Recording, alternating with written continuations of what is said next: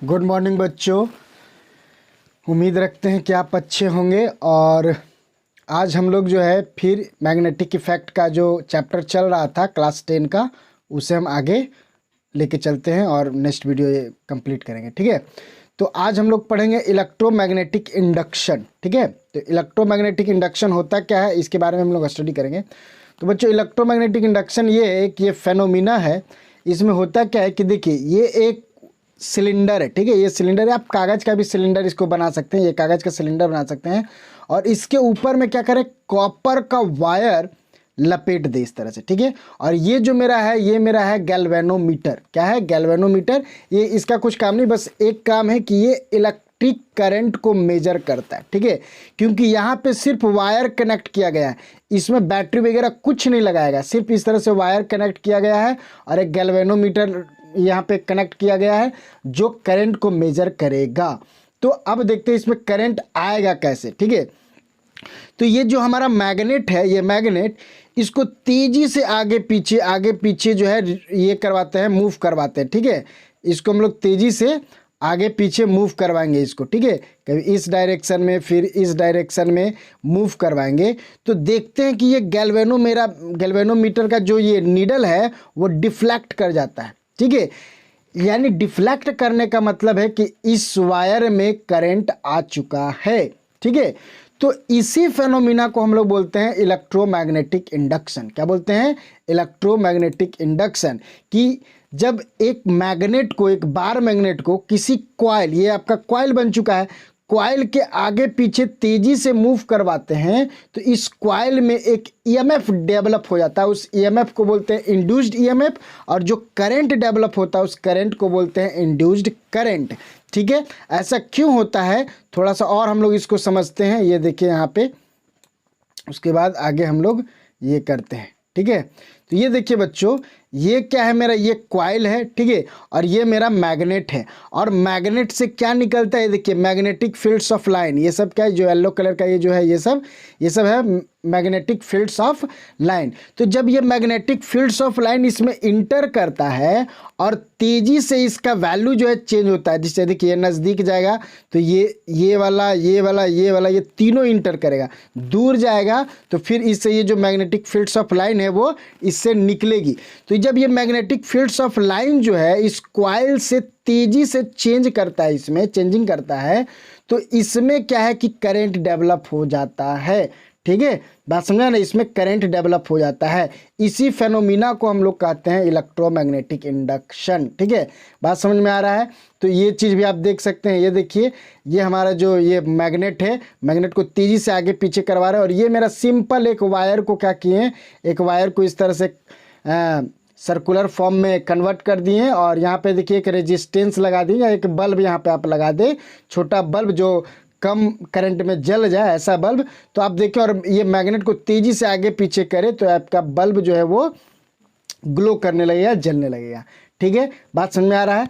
तो यानी मैग्नेट के चेंजिंग से, ठीक है, मैग्नेट का पोजीशन तेजी से चेंज कर रहे हैं with respect to a coil, then an electric current develop inside the coil and EMF also induced in the coil. This phenomena known as electromagnetic induction. ठीक है, चलिए अब हम लोग आते हैं कि देखिए यहाँ पे क्या क्या लिखता है। अब इसके क्या कि when a conductor is placed in a changing magnetic field, देखिए चेंजिंग मैग्नेटिक फील्ड के पास में एक कंडक्टर आप प्लेस्ड कर दे तो some current is induced in it, उस कंडक्टर में क्या है कि करंट इंड्यूस्ड हो जाता है। Such current is called induced current and the phenomena is called electromagnetic induction. ठीक है, चलिए यहाँ पर ये बता चुके हैं कि एक्टिविटी नंबर 1 इसमें ये किए। तो इसमें और भी क्या क्या करना, देखिए magnet move into the coil. ये मैग्नेट जो है इसके अंदर जब मूव करवाते हैं तो क्या होता है, देखिए मोमेंट्री क्या होता है, डिफ्लेक्शन इन जी। ये जो जी है, जी में डिफ्लेक्शन हो जाता है इस नीडल का। ठीक है, इंडिकेटिंग प्रेजेंस ऑफ करंट। और जैसे ये डिफ्लेक्ट करता है तो हम लोग समझ जाते हैं कि इसमें करंट आ चुका है, बिना करंट का ये डिफ्लेक्ट नहीं करेगा, ठीक है। अब magnet kept stationary inside the coil. अब कॉइल को क्या करें, अंदर जब ये चला गया, इसको जब ये मूव करवाया उसके बाद रोक के छोड़ दीजिए। अब तो देखेंगे नो डिफ्लेक्शन, अब इसमें कोई डिफ्लेक्शन नहीं है, यानी अब करंट इसमें नहीं है। जब ये रेस्ट में रहेगा तो करंट नहीं होता है, ठीक है। अब मैग्नेट इज विदड्रॉन, मतलब अब पीछे की ओर फिर खींचते हैं तो मोमेंट्री क्या करता है कि deflection in G but in opposite direction. अब इसको यदि इस डायरेक्शन में खींचेंगे तो ये डिफ्लेक्शन जो है इधर अब हो जाएगा, ठीक है, अपोजिट डायरेक्शन में डिफ्लेक्शन होगा। यानी करने का मतलब है कि जब इधर से करते थे तो इसमें करंट एक डायरेक्शन से गया, और जब इधर फिर खींचे तो अब दूसरे डायरेक्शन में करंट इसका डेवलप हो रहा है, यानी करंट का डायरेक्शन चेंज करता है, ठीक है। जब इसमें किए तो एक कोई फिक्स डायरेक्शन में, या मान लें कि इस डायरेक्शन में हो, और इसको इधर करें तो फिर ये इस डायरेक्शन में होगा, ठीक है।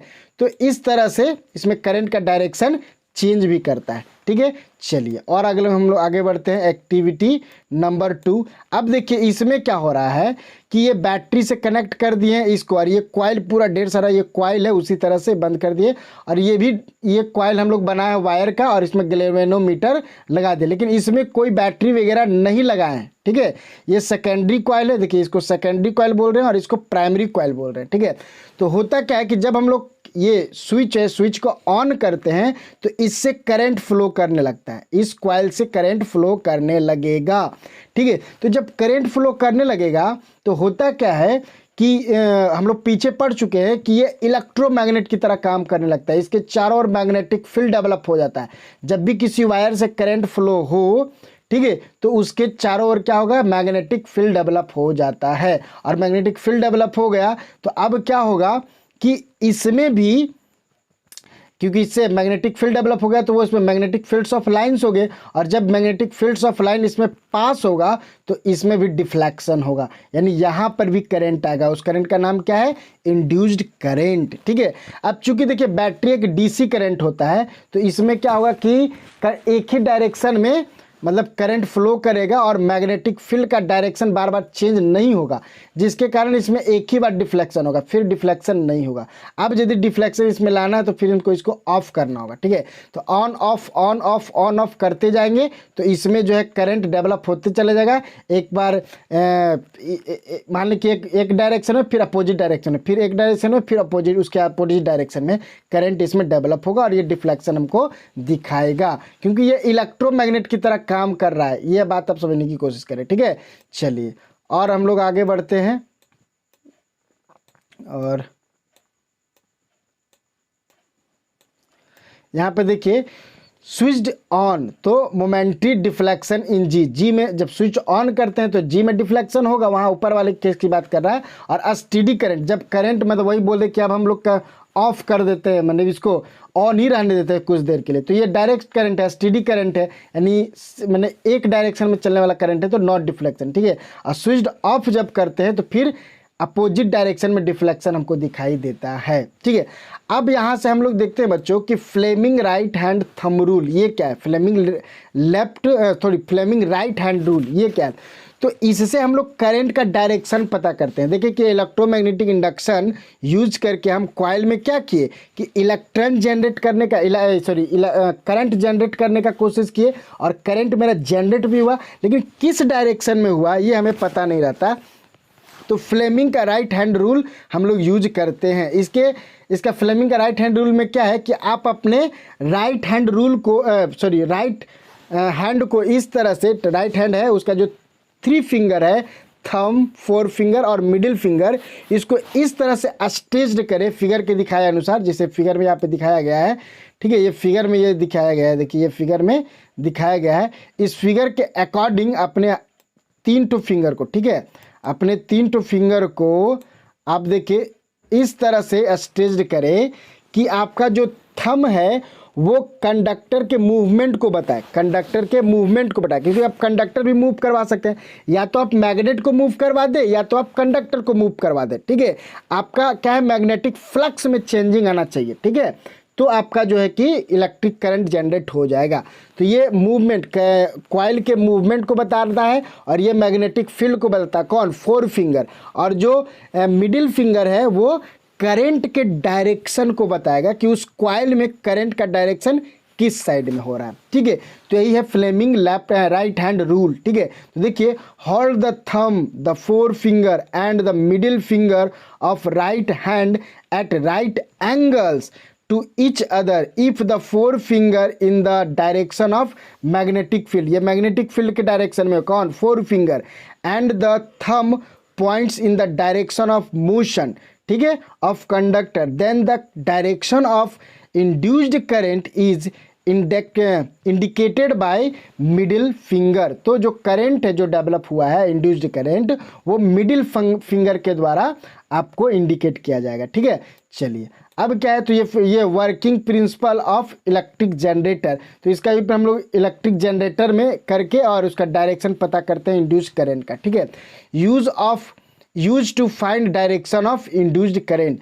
तो इसका यूज फ्लेमिंग का लेफ्ट हैंड रूल को हम लोग यूज करते हैं करंट के डायरेक्शन को फाइंड करने के लिए। ठीक है, याद हो गया। चलिए आगे बढ़ते हैं हम लोग। अब देखिए यहाँ पे क्या है, इलेक्ट्रिक जनरेटर। ठीक है, इलेक्ट्रिक जनरेटर ये है, यहीं पे हम लोग जो करंट यहाँ से हम लोग को इंड्यूस्ड होता है, करंट बनाने के लिए जो एक डिवाइस होता है वो है इलेक्ट्रिक जनरेटर। ठीक है, अब देखिए इलेक्ट्रिक जनरेटर क्या है, it is a device that convert the mechanical energy into electrical energy. यदि आप जनरेटर को मैकेनिकल एनर्जी देते हैं तो ये आपको इलेक्ट्रिकल एनर्जी देगा। ठीक है, तो यहाँ पर आप देख सकते हैं, तो the electric generator is a machine for producing electric current और इलेक्ट्रिसिटी। ठीक है, the electric generator convert mechanical energy into electrical energy. याद रखें कि ये मैकेनिकल एनर्जी को इलेक्ट्रिकल एनर्जी में कन्वर्ट करता है।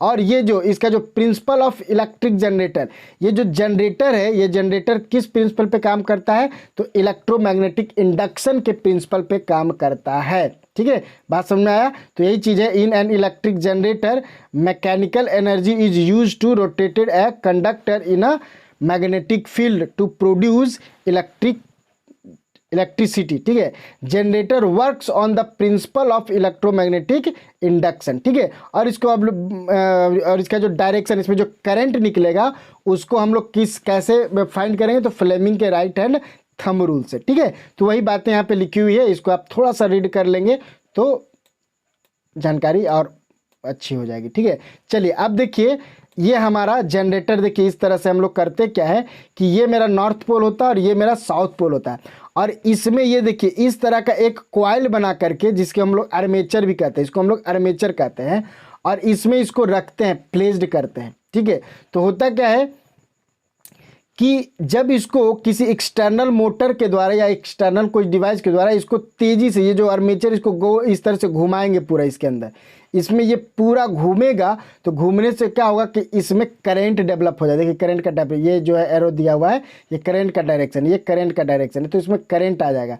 ठीक है, और करंट आने के कारण ये देखिए कि बल्ब जो है, क्या बल्ब जो है जल रहा है। ठीक है, तो ये जनरेटर का ये बेसिक स्ट्रक्चर है। ठीक है, अब यहाँ पर देखिए, आप रियल लाइफ में जनरेटर देखना चाहते हैं तो ये आपका जनरेटर है। ठीक है, वो जो से कंस्ट्रक्शन था वो इसके अंदर ही बनाया जाता है। ठीक है, अब चलिए देखते हैं। अब देखिए ये मेरा जो है, मान लें कि एग्जाम में इसी को आप ड्रॉ कीजिएगा, ये नॉर्थ पोल, ये साउथ पोल है, और ये मेरा क्या है, आर्मेचर है, ABCD क्या है, आर्मेचर है। तो इसमें है क्या क्या चीज़, देखिए कंस्ट्रक्शन ऑफ जनरेटर, जनरेटर के कंस्ट्रक्शन में क्या क्या आपको चाहिए। देखिए तो आप एक north pole south pole, 2 magnet रहेगा, ABCD एक आर्मेचर रहेगा, और ये देखिए R1, ये जो रिंग है इसको हम लोग देखते हैं, ये रिंग है। ठीक है, ये वाला, फिर यहाँ से ये वाला, 2 ठो फुल रिंग है, ये वाला और ये वाला फुल रिंग है। ठीक है, और ये मेरा एक्सल है, एक एक्सल है, इसी पर हम लोग R1 और R2 2 रिंग रखे हैं। देखिए ये R1 हो गया और ये R2 2 रिंग है, और पहले वाले रिंग से ये वाला, ये जो ब्रूस B1 एक ब्रश अटैच्ड रहता है, अच्छा जुटा हुआ नहीं रहता, होल्डिंग नहीं किया रहता, मात्र स्पर्श करता है, उसके टच किए हुए रहता है, ब्रूस B1 और यहाँ पे ब्रूस B2। ठीक है, और ये ब्रूस B1 और B2 सब जो है देखिए यहाँ पर गैल्वेनोमीटर से कनेक्ट है,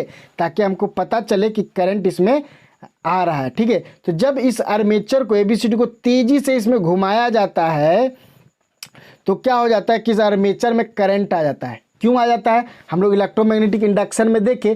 इलेक्ट्रोमैग्नेटिक इंडक्शन के कारण क्या हो रहा है कि ये जो मेरा कॉइल है, इस कॉइल में जो मैग्नेटिक, यहाँ पे जो मैग्नेटिक देखिए नॉर्थ से साउथ की ओर क्या होगा, मैग्नेटिक फील्ड आएगा। यहाँ पे देखते हैं, यहाँ पे देखिए इस डायरेक्शन में, ये देखिए इस तरह से ये मैग्नेटिक फील्ड होगा, इसके अंदर में मैग्नेटिक फील्ड डेवलप होगा।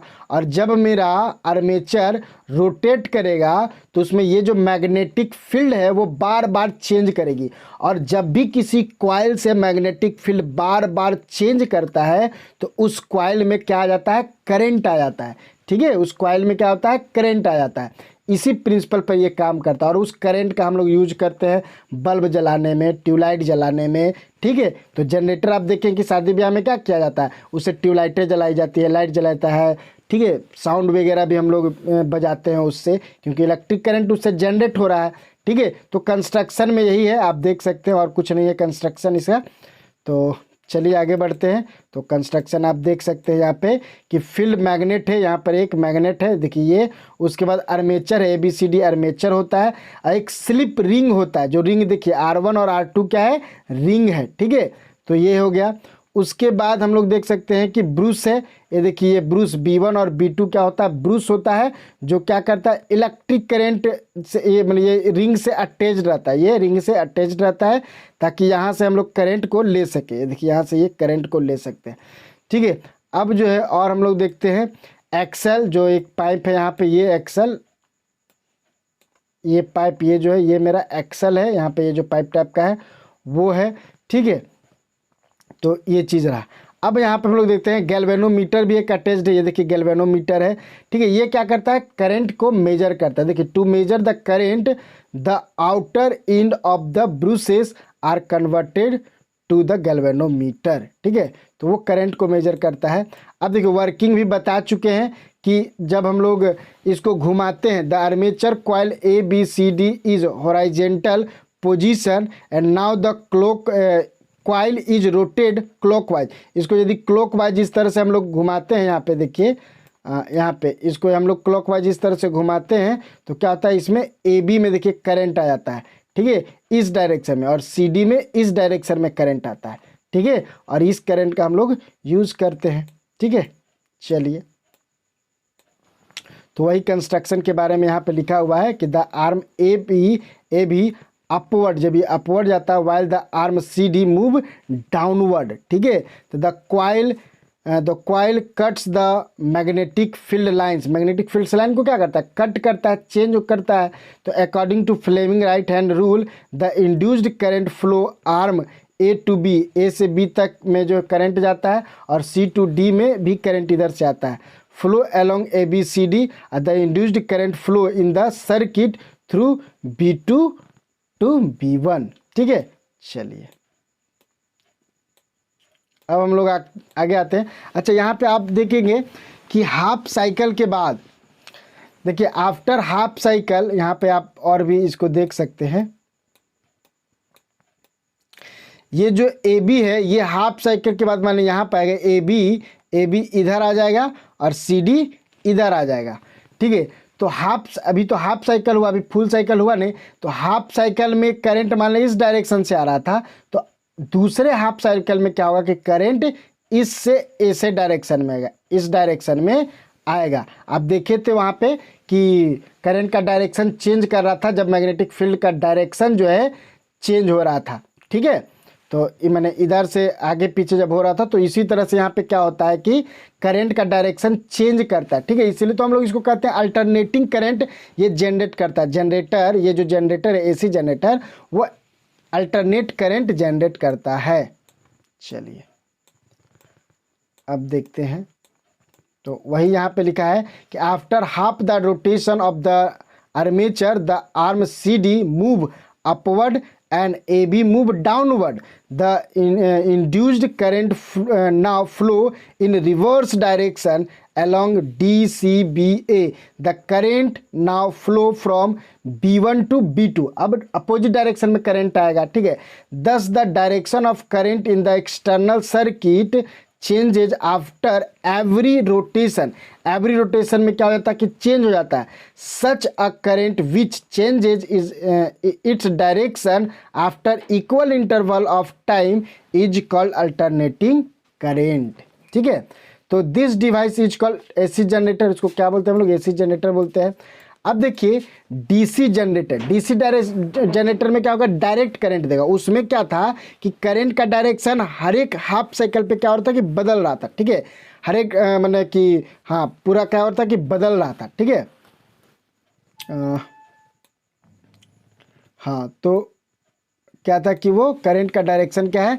बदल रहा था। ठीक है, अब हम लोग आगे आ रहे हैं, लेकिन डीसी करंट में क्या है कि करंट का डायरेक्शन नहीं बदलेगा। ठीक है, ये एक ही डायरेक्शन में आपको करंट देगा डीसी जनरेटर में। लेकिन इसमें हम लोग करना क्या पड़ता है कि देखिए DC generator has a split ring. इसमें हम लोग स्प्लिट रिंग, दो टूटा रिंग लगा देंगे, हाफ हाफ। ठीक है, हाफ हाफ वाला रिंग लगा देते हैं, जिसके कारण करंट का डायरेक्शन जो है ये सेम कर देता है। ठीक है, बस यही अंतर है एसी और डीसी में, और कोई अंतर नहीं है, बस ये रिंग का। ठीक है, वहाँ पर दो तो फुल रिंग देते हैं और यहाँ पर स्प्लिट रिंग हम लोग लगा देते हैं। ठीक है, अब देखिए it is a device which convert mechanical energy into electrical energy. ये भी वही है। ठीक है, DC generator has a split ring commutator. ठीक है, instead of slip ring, slip ring के जगह पे हम लोग स्प्लिट रिंग लगा देते हैं, मतलब दो हाफ हाफ रिंग लगा देते हैं। ठीक है, चलिए अब जो है, अब यहाँ पे देखिए स्लिप रिंग कम्यूटेटर क्या करता है? It consist of two split ring commutator, it consists of two semi cylindrical brush ring R1 and R2 attached to the ends of the armature coil. As the armature coil rotates, the two split ring also rotates about the same axis of rotation. ठीक है, चलिए अब हम लोग आगे बढ़ते हैं। Alternate current, तो अल्टरनेट करंट आप देख रहे हैं कि उसमें एसी जनरेटर से अल्टरनेट करंट जनरेट होता है, जिसका डायरेक्शन बार बार बदलते रहता है। तो the current which reverse its direction periodically क्या है कि इसका डायरेक्शन चेंज होता है। ठीक है, तो इसीलिए इसको अल्टरनेट करंट करते हैं। अब देखिए in India AC reverse its direction in every 1/100 second. तो 1/100 सेकेंड के बाद क्या ये अपना डायरेक्शन चेंज कर लेता है। तो टाइम पीरियड देखिए कितना हो जाएगा, 1/100 और 1/100, मतलब इसका जब एलसीएम ये करेंगे तो 1/50 आएगा। ठीक है, तो 1/50 आ गया, तो frequency equal to 1 time period, तो 1/50 यानी यहाँ पे क्या आ गया? फ्रीक्वेंसी कितना आ गया? 50 हर्ज। तो इंडिया में जो जनरेटर होता है मतलब वो 50 हर्ज का होता है। ठीक है, बात समझा रहे? 50 हर्ज का होता है, जिसका फ्रीक्वेंसी इतना होता है। ठीक है, चलिए अब है एडवांटेज। एडवांटेज क्या है? ठीक है, एसी जनरेटर का एडवांटेज क्या है? तो AC can be transmitted over long distance without much loss of energy.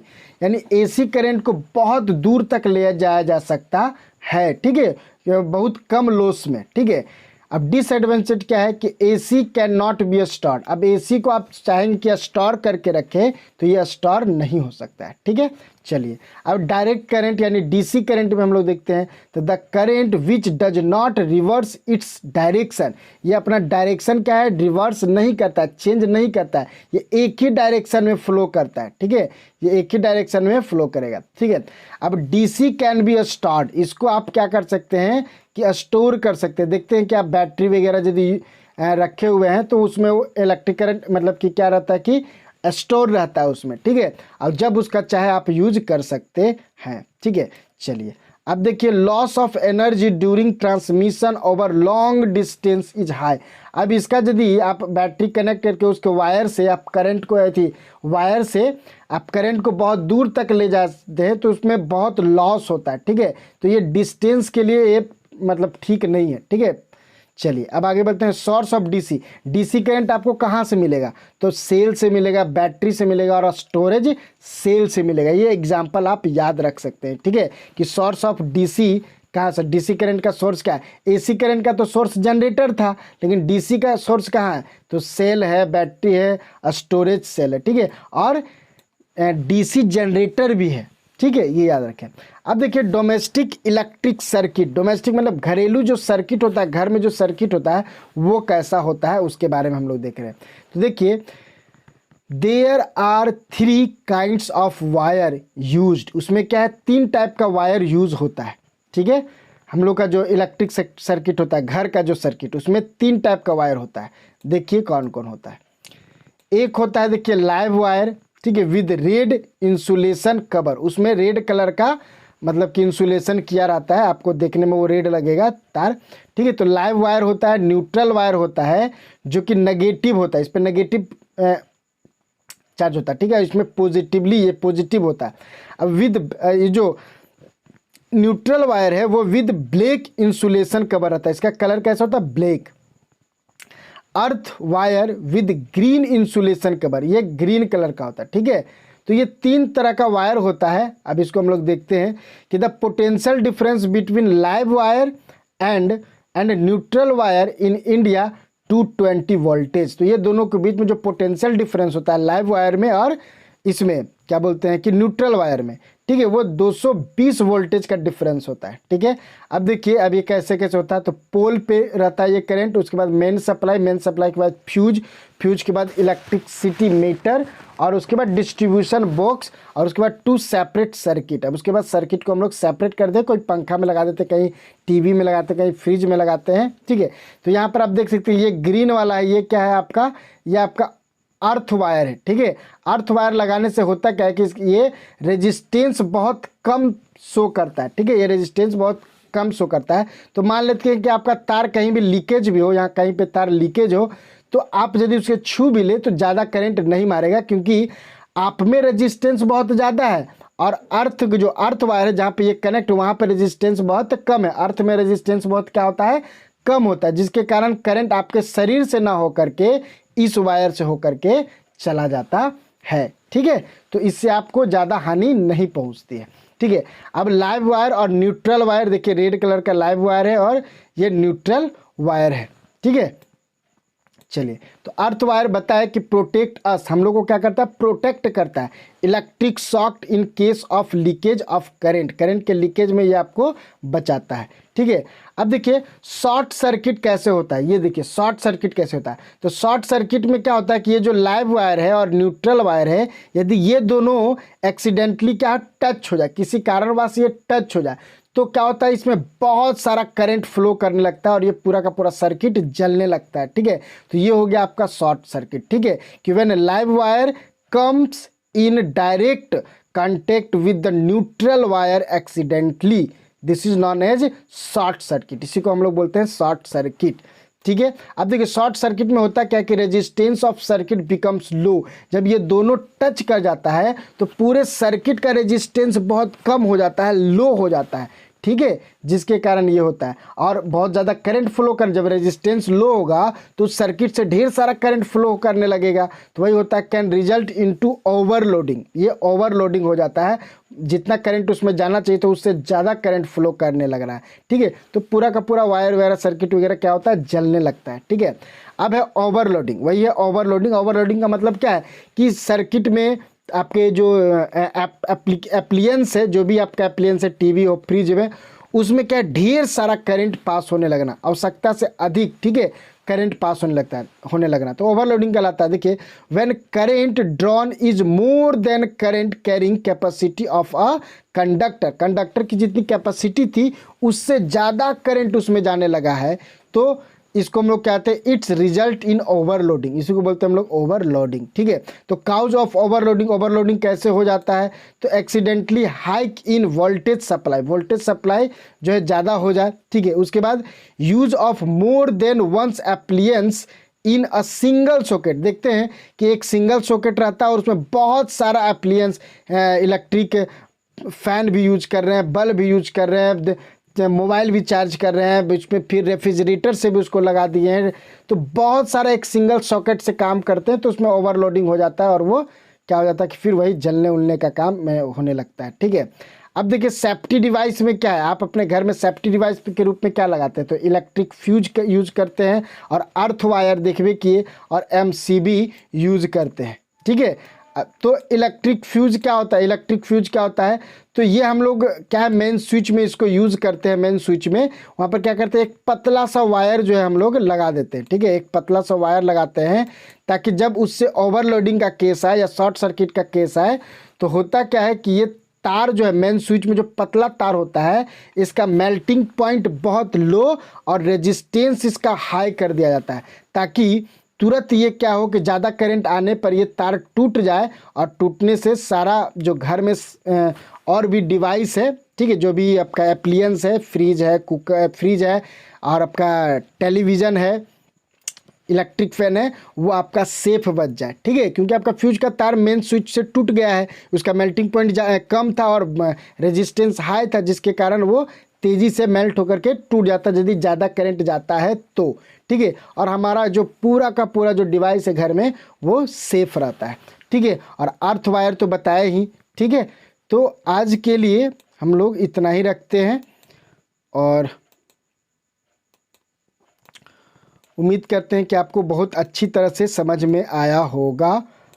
और चलिए ठीक है, थैंक यू।